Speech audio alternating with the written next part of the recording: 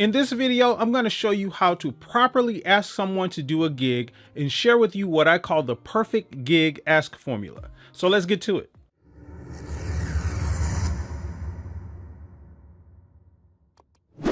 Hey, what's good? And welcome to Music Space, where we help working musicians just like you learn how to quickly and easily make a living with your craft. So if you're new here to the channel, hit that subscribe button and the notification bell. That way you'll be notified when new videos are uploaded. So being able to properly ask someone to do a gig seems, sort of trivial on the surface. Like, Terrence, I know how to ask people to do a gig. Just ask, right? But I promise you, this is something that is really important in terms of how you develop relationships with other musicians and how they perceive you as being forthcoming and reliable with information. And keep in mind that this channel is about leveling up in all areas as a musician. And this is one of these areas that, again, may seem trivial, but it's something that has impact on how you're perceived in the professional musician world. Randomly calling someone up or texting them and saying, hey, are you available next Saturday for a gig may seem kind of like the norm. But again, I can promise you in almost all of those cases, the other person is on the other end of that phone thinking like, okay, well, what are the details? Or am I available for what? Tell me something else more than what you're telling me now. And again, this is something that's extremely important in developing relationships with musicians and stronger relationships with musicians. And especially in the case where it's musicians that you don't know that well, or that you haven't worked with that much before, or even new people that you haven't worked with before. So first, I'm going to read to you an example of the perfect gig ask formula, and then I'll come back and go through all of the parts individually and show you why they're important. Okay, so here we go. Hey bro, this is Terrence. Hope all is well with you. Just checking to see if you're available for a gig next Saturday, January 20th from 8 p.m. to 11 p.m. at Ray's Boom Boom Room downtown. It's a 50th birthday party celebration and I need you on keys. It'll be a 4-piece band with keys, drums, bass, and a singer. Setup and sound check time will be at 6:30 p.m. and the attire is all black. You only need to bring your keys and your patch cables as we have a sound person and we will have house sound and monitors on stage. It pays $350 and we split tips evenly amongst the band. I'll send you the set list along with MP3s or the YouTube playlist as soon as you confirm you're available. We won't have any rehearsals. Also, food and drinks are comped at 50% for band members. Parking is in the lot behind the building and it's a simple load in through the back door. I need to know if you're available by 5 p.m. today if possible. Can I book you? So as you can see, there's quite a bit in this perfect gig ask formula, but again, this is something that is really important and it's how professional musicians communicate. And before we get to the next part, if you're getting value out of this video right now, do me a favor and hit the subscribe button and the like button on this video. That lets me know that you appreciate this content and it lets me know what type of content to make for you in the future.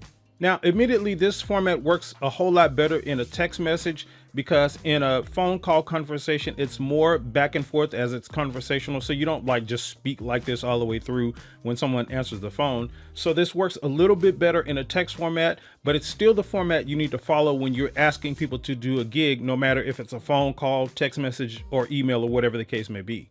The idea behind this is that it shows that you're professional and it shows that you have your stuff together, and it cuts down a lot of that back and forth, with information between you and another musician. So the first part of this formula is identify yourself and state your business. And one of the reasons behind this is that you don't want to necessarily assume that people have your number saved in their phone. Now, granted, in a lot of cases, they probably will, maybe even in most cases, but a lot of us musicians don't talk to each other regularly. People get new phones, all of this kind of stuff. People lose phone numbers. So you don't necessarily want to assume that somebody has your number. So just identify yourself. Say, hey, this is Terrence. Hey, we met at such and such place. We played together here and I was wondering if you're available for the gig. Identifying what you're calling about, right in that first sentence, lets people know what you're, basically what you're calling them about or what you're texting them about. You're not wasting anybody's time with, these long drawn out, hey, how's the weather where you are kind of, small talk dialogue conversations in a text message. You're getting straight to the point about why you're, communicating with them. And the next part of this formula is the location, date, time, and event details. What you want to be doing in this part of the communication is giving the most important information off top. where's the event? What time do I need to be there? What time does it start? What time does it end? What's it for? And all of these kind of things. And the event details are important because you may have musicians that may prefer not to play for particular types of events. Like if you're playing for, I don't know, a clan meeting or something, you may not have musicians that want to play for something like that. Or, of course, and it may not be that, detrimental, but, again, there's a lot of things that, us musicians don't like playing for. So just identify what the event is for. And the next part of this formula is you telling them exactly what you need from them and who they'll be playing with. And what I mean by this is you have cases like where a lot of us musicians are multi-instrumentalists. So if you call me about a gig, you're going to have to clarify what it is that you want me to do. Do you want me to play keys, bass, drums, guitar, sing, whatever the case may be? So you need to tell me exactly what it is that you want me to do. So this is something you want to clarify in this part of the communication. And also let them know what the band setup will be. Let them know the other musicians that'll be playing, because again, in a lot of circumstances, you may have musicians that just prefer not to play with each other for, whatever reasons. A lot of times it's, some drama that went down or something like that, or whatever the case may be, or some musicians just may be particular about who they play with.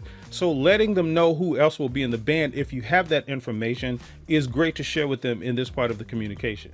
Now, the next part of this is you want to get to telling them what their pay is going to be and how you're going to handle tips.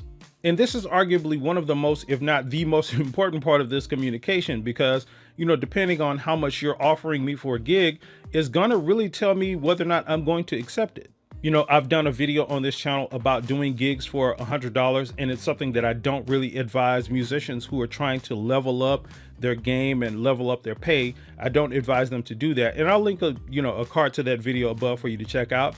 But again, for this, part of the communication, if you tell me this gig is for $100, I'm probably not going to accept it, depending on the circumstances. And you also want to let them know how and when they're going to be paid.